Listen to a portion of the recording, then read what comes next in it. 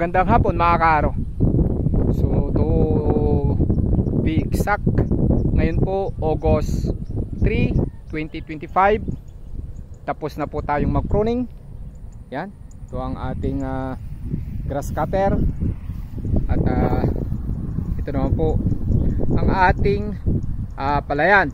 Yan mga kaaro. So kalahating hektarya tapos na po natin siyang i-cuttings. At ngayon naman po ay mag-spray po tayo ng ating foliar, natural foliar fertilizer and pesticide mga kaaro. So yun. Yan. So kalahating hektarya, isang araw na pagpuputol.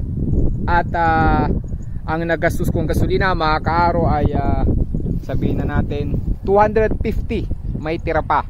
Yan. So 250 pesos, 1 day cuttings, kalahating hektarya.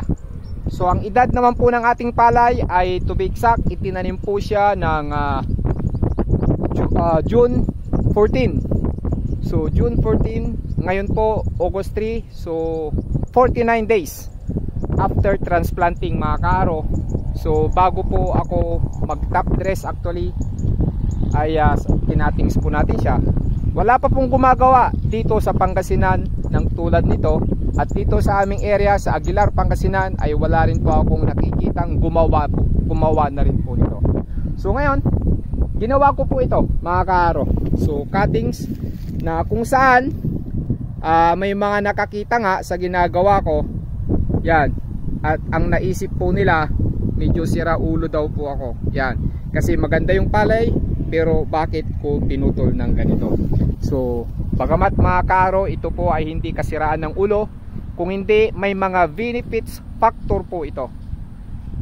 Kung titingnan po natin ang ating karatig bansa na kung saan sila ay nag-aral lamang ng agriculture sa Pilipinas, pero ngayon sila na yata ang mas magaling pa sa mga nagturo sa kanila.